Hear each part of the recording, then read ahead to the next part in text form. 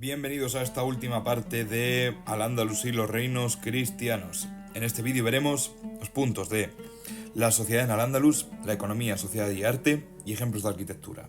Y también repasaremos las tareas del cuaderno, que tienen que estar listas para el día del examen. En las clases anteriores hemos estudiado las principales etapas de la historia de Al-Ándalus. También hemos hecho una actividad en la cual las hemos situado en una línea del tiempo que nos va a servir para centrarnos y saber diferenciar las diferentes etapas. Ahora continuamos con la sociedad y la vida en Al-Ándalus. La sociedad en Al-Ándalus era muy diversa, debido a la gran variedad de etnias y religiones que lo componen. Pero vamos a hacer un repaso en profundidad.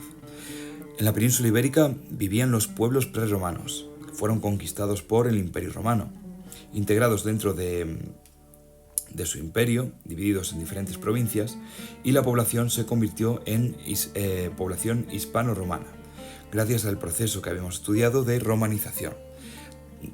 Una romanización que llegó a tal grado que de la propia península ibérica, de Hispania, salieron emperadores importantes como Trajano y Adriano, de Itálica, en Sevilla, y emperadores como Teodosio, que nació en Cauca, en la actual Coca, en Segovia. Esta población, como hemos visto, el Imperio Romano, la península ibérica sufrió las invasiones de los pueblos bárbaros, entre ellos los visigodos, que establecieron un pacto con los romanos y finalmente se quedaron en lo que se conoce como el reino visigodo de Toledo. Pero la división en la población era muy marcada, ya que frente a los 6 millones de habitantes hispano-romanos, había una muy reducida élite visigoda, de cerca de 200.000 personas. En estas circunstancias se produce la invasión musulmana de la península ibérica, estableciendo Al-Ándalus primero como un emirato dependiente, luego como un emirato independiente y luego como un califato.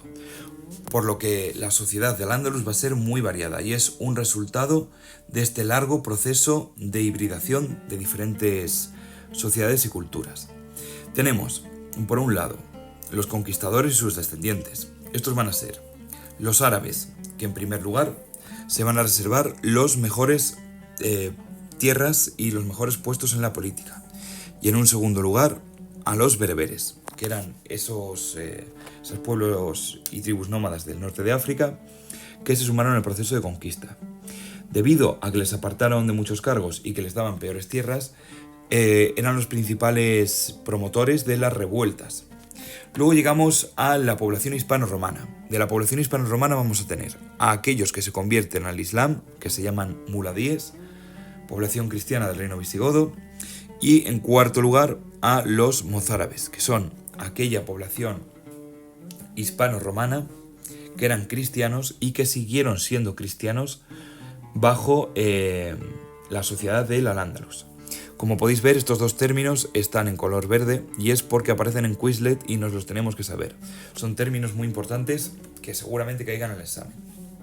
Bien, aparte de los mozárabes, también tenemos a los judíos, que eran un grupo muy minoritario en la sociedad y vivían en las juderías, y los esclavos, que eran una parte muy importante de la economía. Estos esclavos salían o bien de prisioneros de guerra, bien por ser hijos de esclavos, o bien por haber sido comprados en las rutas del comercio de esclavos. También tenemos que mencionar el papel de la mujer, que al igual que en todos los territorios de la Edad Media, estaba sometida a la autoridad del hombre. Si bien en Al-Ándalus las mujeres tenían una mayor libertad que en otras zonas del mundo islámico de la época. ¿Todo esto en qué se puede traducir? Pues podemos plasmarlo en un esquema donde separemos, por un lado, la sociedad musulmana y la sociedad no musulmana, y en la base los esclavos. Dentro de los musulmanes hay que dividir los árabes, que son la élite, los bereberes, que ocupan un puesto importante, y los muladíes, los nuevos musulmanes, los cristianos convertidos, y los no musulmanes, los cristianos y los judíos. Esto también lo podemos plasmar de otra forma. Podemos plasmarlo en una pirámide como la que tenemos aquí, que se asemeja mucho a la que estudiamos en el tema 2, sobre la sociedad feudal. Esta pirámide habría que completarla poniendo en primer lugar al califa, que hemos dicho que es la persona que detenta el poder religioso y político en el Islam, seguido por el emir, que es el jefe político de un emirato.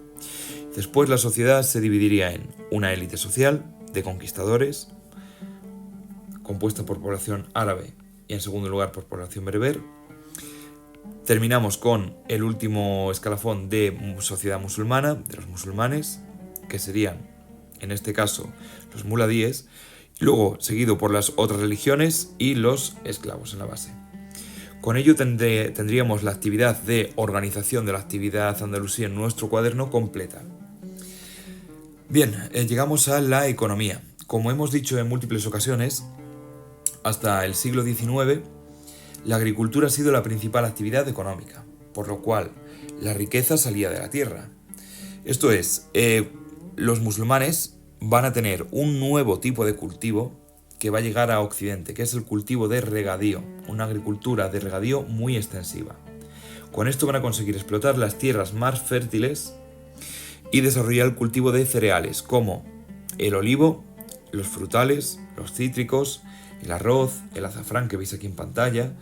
Y como dato curioso, tenemos el caso del olivo. El olivo lo trajeron los griegos, pero el uso se popularizó gracias a la cultura musulmana, ya que, como recordaréis que vimos en el tema 1, en el Islam es pecado consumir carne de cerdo y era típico utilizar la manteca de cerdo para freír. Pues ahora, con la llegada del olivo, se va a utilizar el aceite de oliva para freír, entre muchas otras cosas, y es una tradición que seguimos manteniendo a día de hoy. También las naranjas y los limones o el arroz, productos que son típicos también de zonas como las Vegas del Guadiana y la Comunidad Valenciana. Bien, esta economía se integra dentro de unas rutas internacionales. Esto lo que va a hacer es que la península ibérica, que antes era parte del Imperio Romano y en su etapa final solamente del Reino Visigodo de Toledo, pase a estar integrada dentro de un circuito comercial a nivel prácticamente mundial. A nivel mundial, teniendo en cuenta que América no se había descubierto. Con lo cual, la península ibérica con Al-Ándalus va a estar integrada en unos circuitos comerciales importantísimos. También tenemos que destacar en la producción de artesanía, trabajando sobre todo la seda, el marfil y la orfebrería. El desarrollo cultural y científico nos ha dejado inigualables testimonios.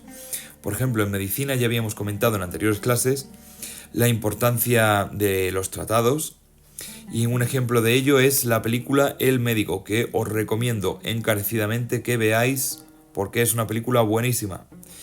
También tenemos avances en ciencias como en biología, astronomía, geografía.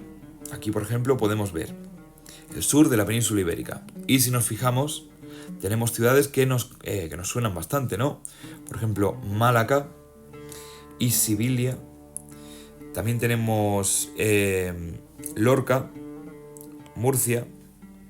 Es decir, tenemos aquí algunas ciudades que están en el sur de la península ibérica, como Cádiz, pero que aparecen en este mapa representadas al revés, porque para los musulmanes el centro del mundo es la península arábiga, y como la península arábiga estaría en una zona relativamente situada al sur, pues los mapas se hacen siguiendo pues esta importancia, ¿no? También tenemos otros ejemplos muy importantes en la recuperación del legado clásico, como ya hemos mencionado en clase, porque muchas de estas obras por el cristianismo eran consideradas como pecado, pero no en el caso del Islam, y gracias a que se tradujeron al árabe nos han llegado hoy día. Avances como la agricultura que ya hemos comentado, las matemáticas, la numeración arábiga, la invención del cero, los algoritmos, en fin, una gran cantidad de aportaciones culturales, científicas y económicas que vosotros tenéis que investigar y reflejar en esta actividad en vuestro cuaderno. Tenéis que buscar 7 u 8 aportaciones culturales que tenemos en Al-Ándalus para posteriormente hacer un debate en nuestra clase. Y miraré a ver qué aportaciones tenemos. Hay una grandísima variedad y os recomiendo que investiguéis. Bien, pues con ello llegamos ahora al arte en Al-Ándalus. El arte en Al-Ándalus se caracteriza por estos 4 elementos: el uso de materiales pobres, una decoración abundante, sobre todo con motivos geométricos, el gusto por el agua, que va a ser el gran protagonista, y una gran variedad de arcos. Comenzamos con los materiales pobres. Materiales pobres quiere decir que no son especialmente caros. como por ejemplo el ladrillo, la madera o el yeso. Aunque eran materiales económicos, estos eran recubiertos con una decoración muy abundante. Por ejemplo, aquí tenemos los artesonados de los techos o la cerámica y el yeso, que son empleados para recubrir las paredes y dar una sensación de riqueza. ¿Por qué este tipo de decoración? Por la iconoclastia. La iconoclastia quiere decir que la religión te prohíbe representar figuras humanas o animales, ni en pintura ni en escultura, ya que se considera que eso es un pecado. En su lugar, ¿cómo van a plasmar algo tan complejo como es la creación del universo, Dios o cualquier otro tema? Pues lo van a plasmar mediante patrones geométricos muy complejos y elaborados, para así reflejar esta complejidad de la creación del mundo o la propia complejidad de la deidad de Dios, ¿no? En este caso aquí tenemos materiales muy económicos como son el yeso y la madera, que crean decoraciones como esta que vemos aquí, que se llaman los mocárabes. También tenemos inscripciones del Corán en muchas zonas, como podemos ver aquí en más detalle. Tenemos fragmentos de suras del Corán y elementos que nos sirven para decorar los espacios interiores. Otro elemento fundamental es el gusto por el agua, tanto en las mezquitas, en el patio de las abluciones, como en los propios palacios. En este caso vamos a ver otro elemento muy importante, que son los arcos muy variados. Pasamos en comparación al arco de medio punto típico del románico y el arco apuntado típico del gótico, a una grandísima variedad de arcos como el arco de herradura, el arco dentivo o el arco lobulado. Ejemplos de todo ello lo tenemos en la mezquita de Córdoba, como hemos podido ver, donde podemos ver la importancia del agua y de los nuevos tipos de cultivo. En el interior, con sus llamativos arcos, además un ejemplo de la propia amalgama de culturas que tenemos aquí es, por un lado, el uso de columnas romanas, la reutilización de columnas romanas, los arcos propios del estilo islámico, y luego dentro de la propia mezquita, la conversión de esta mezquita de Córdoba en una mezquita catedral tras su conquista, como podemos ver comparando la segunda imagen, donde hemos visto que en la sala de oraciones se ha edificado una catedral y en el minarete se ha convertido en una torre cristiana con campanas. También podemos ver las zonas fortificadas de las ciudades como la Alcazaba de Badajoz, en este caso una recreación, y aquí su imagen y su aspecto actual. Os recomiendo que cuando vayáis a Badajoz paséis por la Plaza Alta. También os voy a recomendar otro sitio maravilloso que es la Alcazaba de Málaga. Aquí, aparte de un paisaje espectacular y una ciudad maravillosa, tenemos un ejemplo de esta hibridación de culturas, ya que arriba vemos la Alcazaba y en la parte inferior vemos el Teatro Romano. Esto es un clarísimo reflejo de que la cultura no es una imposición de una sobre otra, sino una sucesión de diferentes etapas, y al final nosotros somos resultado de eso, de una cultura que se ha ido transformando progresivamente. También tenemos ejemplos de esta arquitectura maravillosa en la Aljafería de Zaragoza, en la Torre del Oro de Sevilla, en los Reales Alcázares, donde ya vemos aquí la importancia del agua, y en la propia Giralda. Por ejemplo, esta era la torre de la mezquita, que se convirtió posteriormente pues en la torre de la catedral. También hay que ver monumentales palacios como el de la Alhambra de Granada, donde el agua va a ser un grandísimo protagonista, tanto en el Generalife como en importantes patios, como es el caso del Patio de los Leones, donde tenemos un caso muy singular dentro del arte islámico, ya que, como hemos dicho, estas representaciones de animales estaban prohibidas. Por eso constituye una obra muy singular. Y además podemos ver estos otros elementos, ¿no? El yeso, que es decorado con una gran profusión, la madera, material pobre, el uso de decoraciones de ataurique, que es como se llama este tipo de decoración en yeso, de utilización de suras del Corán, el predominio del agua, es decir, una serie de elementos que definen este tipo de arquitectura y que no tienen nada que ver, como hemos visto, con el románico o con el gótico, porque persiguen un objetivo totalmente diferente. Y aquí tenemos la sala de los abencerrajes de la Alhambra, que como podéis ver es una maravilla. Un ejemplo de este gusto por la geometría, pues aquí tenemos dentro de la propia estructura, no sé si lo estáis viendo, un cuadrado dentro de otro cuadrado, que conforma una estrella de 8 puntas. Estrella de 8 puntas recubierta de decoración por todas partes, donde tenemos los mocárabes, que son estas estructuras que cuelgan del techo. Tenemos también las suras del Corán en los laterales, como podemos ver aquí. Tenemos todo, es una maravilla. Si tenéis oportunidad de ir a la Alhambra de Granada, tenéis que ir a verlo. Y luego tenemos una cosa muy importante, que es el Palacio de Carlos V. Carlos V ordenó construir un palacio en la Alhambra que, como podéis ver, no tiene nada que ver al estilo. Aquí se nota que esto ya no es el estilo típico de Al-Ándalus, ¿no? Esto lo vamos a ver en dos temas, que es el Renacimiento y el Herreriano. Y con todo ello terminamos nuestro tema.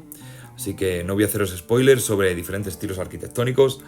Vamos a dejar aquí el tema y a estudiar. Bueno, y por último, los ejercicios para este tema. Pues como hemos visto, la portada de nuestro cuaderno, las cuestiones del Quizlet, que ahora os pongo este link que podéis escribir directamente y os llevará a las 41 cuestiones que tendremos en el Quizlet para estudiar, y las actividades realizadas en clase. ¿En qué se traducen estas actividades? Pues en esto de aquí. Tenemos nuestra portada del cuaderno, nuestra portada del tema. Como podéis ver aquí, pues son diferentes estilos, diferentes tipos de portadas, ¿no? Mucha variedad, estimulando la creatividad. La actividad, ¿qué sé sobre el tema? Pues si no sé nada, lo dejo en blanco, porque luego hay que poner qué es lo que he aprendido. El análisis del texto del Pacto de Teodomiro, las diferentes partes de la mezquita, diferenciadas, para cuando nos pueda caer esto en el examen poder saberlo bien. Nuestra línea del tiempo con las fases de Al-Ándalus, los mapas temáticos de las diferentes fases de la evolución política de Al-Ándalus y la organización de la sociedad andalusí. También tenemos que tener nuestras cuestiones o definiciones, como podéis ver aquí, si seguimos una buena letra, los márgenes y un espacio en la parte superior e inferior, vamos a tener una muy buena calificación, y con ello pues tendríamos todo para sacar un 10 en nuestro examen. Espero que os haya gustado mucho este tema y que estos vídeos os ayuden a repasar y llevarlo todo perfecto para sacar muy buena nota.